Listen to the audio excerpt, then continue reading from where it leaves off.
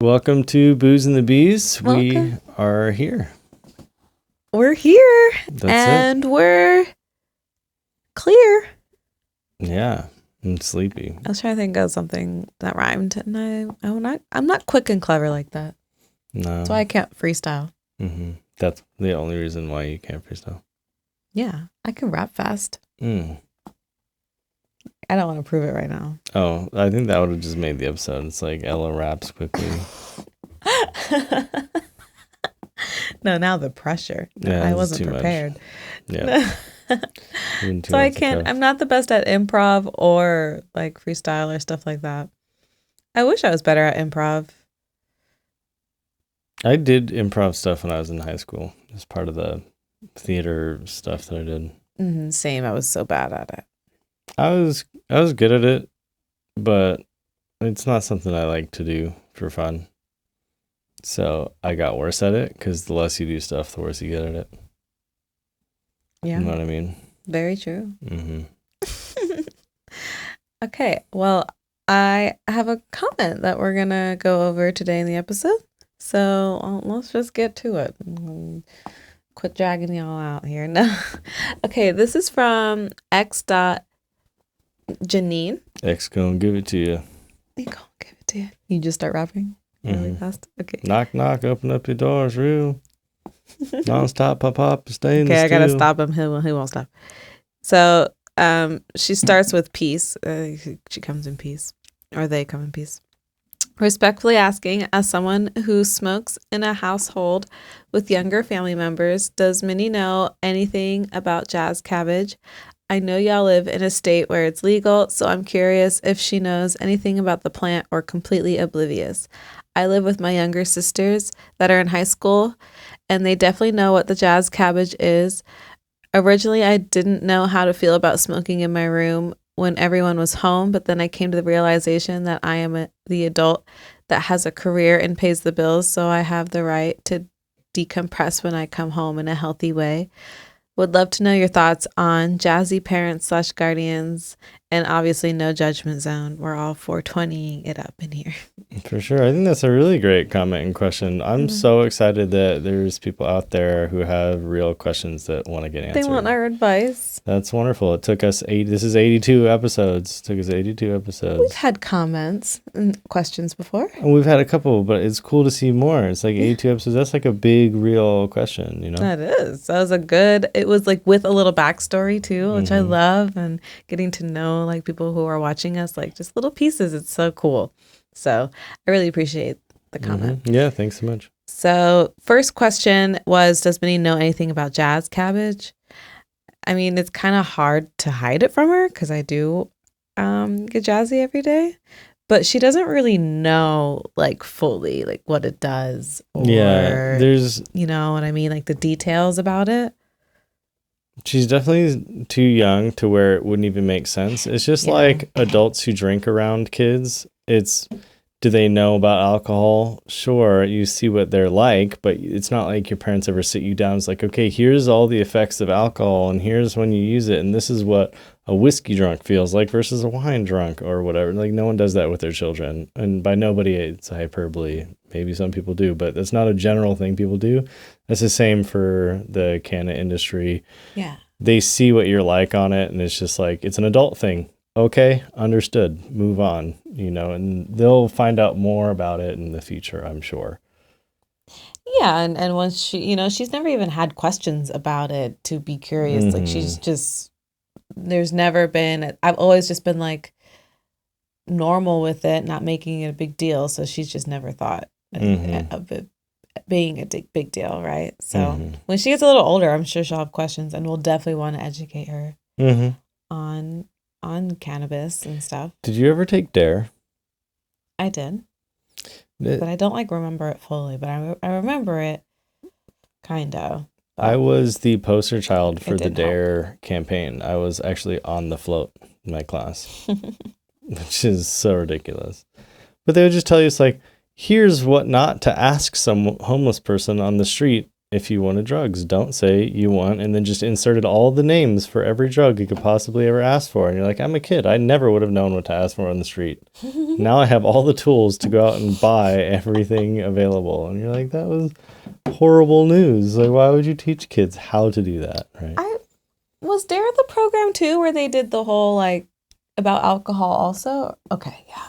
I remember that. And they would talk about drinking and driving and stuff. And I think it was good in a sense. Like you definitely want to scare kids away from but the bad stuff. It was like 8-year-olds. It wasn't like why do you need to know about drinking and driving? It's like you have more than half your life until you're gonna even drive, let alone need to know any of the stuff. I didn't remember being exists. 8. I feel like I was older when I did maybe it. I was 10. Like it was super young.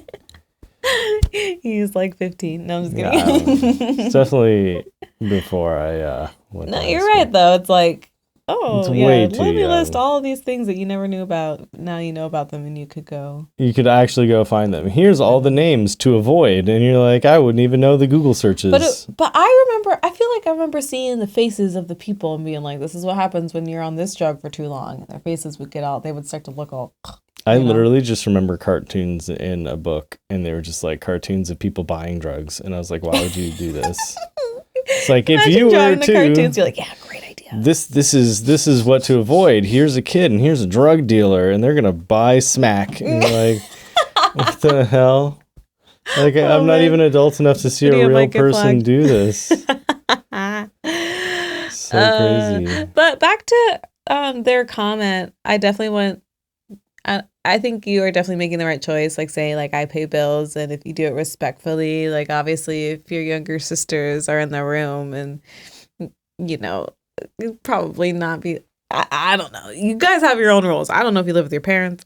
I don't know what the situation is, but if you're an adult and you know how to do it safely, like I don't drive when I get jazzy. Yeah, and when you say I think I have the right, you don't even need to justify any other thing about that. If it's legal, then you have the right to do it. This is literally America. It is your right to do something. Now, should you do things all the time because you can? No. But in this case, if this is what you do, but to decompress, like you said, yeah, of course. Yeah. If it's what for whatever reason, even if it's to compress more, I don't care. It's your life. This is America. You can do what you want. Now, could you say it's like, oh man, well maybe instead of doing that, I could do 100 other things and stress myself out and have a perfect, life, and everything's going to be optimized to every second of my day. Well, you're probably not going to do that by decompressing. Maybe you want to add more workload, but if you don't want to, because not everyone should, you don't have to optimize your life perfectly. So to ever tell someone healthy balance. Yeah, to tell someone you should do something is ridiculous, especially from us. Oh, yeah, no. Did I say that? No, I'm just saying, like, because there's some people, I'm sure, who would comment and say, oh, you're doing that, but you could teach them to read better or start businesses or do this or work out or do, and it's like, man, well, they're asking about jazz. Yeah, but you could do 100 different things that is more productive than doing Jazz Cabbage. There's 100 different things you could do instead of that. You could spend every minute of your day being hyper productive, and your life would look completely different. And we could totally different. get into that, right? But I feel like this was just for. I think they're just looking for, because what it sounds like is you're looking for validation to do it. Because the reason that you said I have the right to go home and do this after work and decompress because I pay bills. It's, well, if you're an adult and surviving, you need to pay bills. That's life. I would say if you're asking for us to validate that, you shouldn't look for us to validate it. You can validate yourself. That's what I'm getting at, is like, if that's the life you want to live, you can do it. It is your right. You don't have to have any backstory. You can do whatever you want with your life. If you're saying, should I be able to do this when I'm home instead of cooking something for the kids maybe? And I could say as a parenting decision, probably cook for the kids first, then do it. Well, yeah. But I don't know anyone's life. And again, you do not need my validation. You can do whatever you want, as long as you're not impeding on somebody else's ability to live their life. And I think in many ways, using Jazz Cabbage, my parents did forever, doesn't negatively impact a child's life. In fact, it can make it more positive because you're more goofy and fun and patient. And there's a lot of good things that can come of it. But you just have to know yourself. Are you those things? And can you spend the right amount of time with your family doing that? So, yeah, I agree. definitely. And I know your first question is about Minnie, if Minnie knows about it. So They know it exists, and Yeah. and they know her stance on it. I don't even use it, and so she's gonna grow up, and when she's old enough, she can decide what she wants to do, and she'll be able to know the dangers and the risks and people involved in communities and yada yada yada. But that's a discussion when she's old enough, which isn't even close. So no, there's no big discussions with her. But you'll definitely hear different opinions too, where people will be so straightforward and anti against it. Again, it's just whatever your own personal preference. And literally, that's why we go back. Rights was the best word. This is literally America. You do have the right. If it is legal where you're at, you do have the right to go do it. And you need no other excuses than that. God bless America. So, best damn country in the world. Oh, gee. And we're like so ready to get out of here. Yeah, I mean, it's the best country because you're allowed to travel. A lot of countries can't even leave. That's the point. We are in such a good country, we can leave. Wow, that's super cool. I love this country. It's the best. We were really lucky. So yeah, we're going to be pushing our luck as much as we can. Because I just hope as people we get just a little, I don't know, kinder to each other. Yeah, but I mean, you're not going to go to like the middle of insert almost any other country and get a better response. There's very few countries I in the know world. those things. I wish better things for them. Yeah. I'm saying for us where we're at, like 90% of the Middle East, 90% of Africa, 90% of South America is like horrible. 90% of Russia is like horrible. And then a lot of America we were talking too. about America. I was just trying to say, because remember you were saying too how our I don't know how to say it without getting in trouble on YouTube. Just say it, whatever. We're not monetized anyway. The suicide rate is like really high. Oh yeah. The culture here is really bad. You would say like unaliving. And that was the word I forgot. Mm-hmm. I kept thinking grape. Yeah.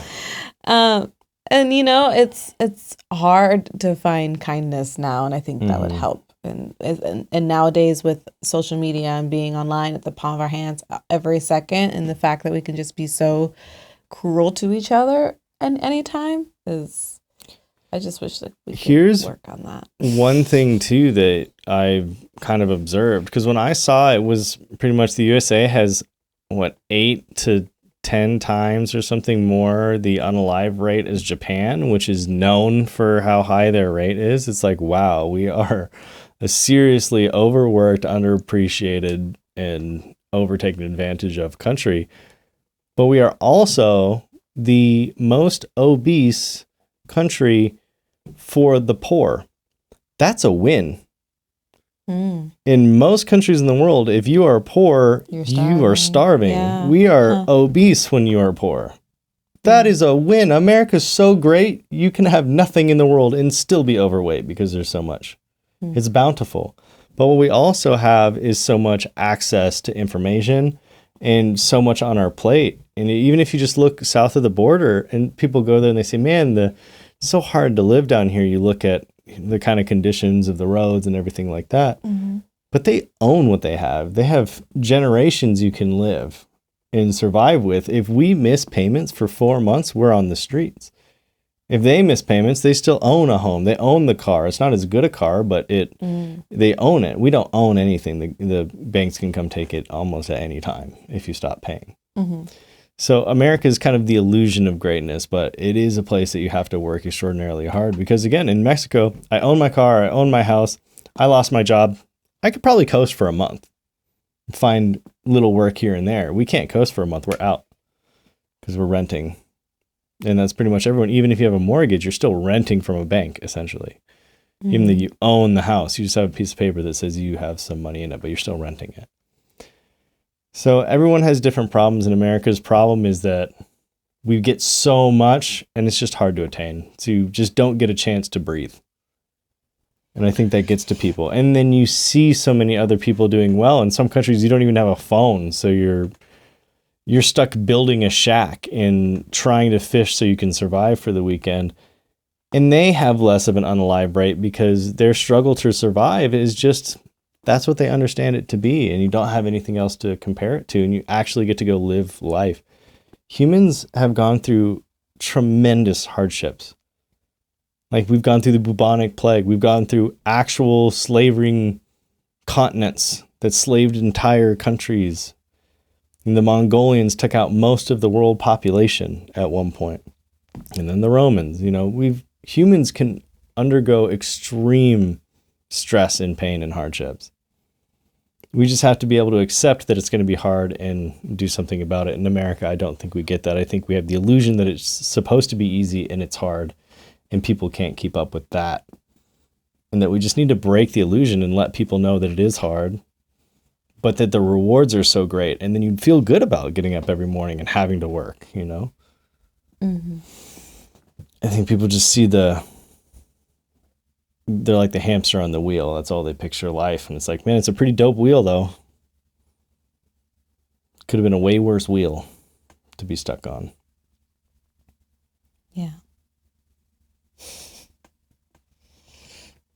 Oh gosh, that air. I don't know what to say. Yeah, I'm just not trying to talk the whole time yet. So. No, I was on a different track, and so then you went on a different track, and I don't know how to bounce back off of yours. Just talk about the next topic. Yeah.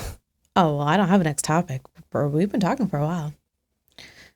All right, so is that done? Goodbye. Well, thanks for listening. We'll learn how to wrap up our episodes better for real. Goodbye. I'm not gonna learn. This is gonna be a good wrap up, as it always is. Goodbye, y'all. Goodbye.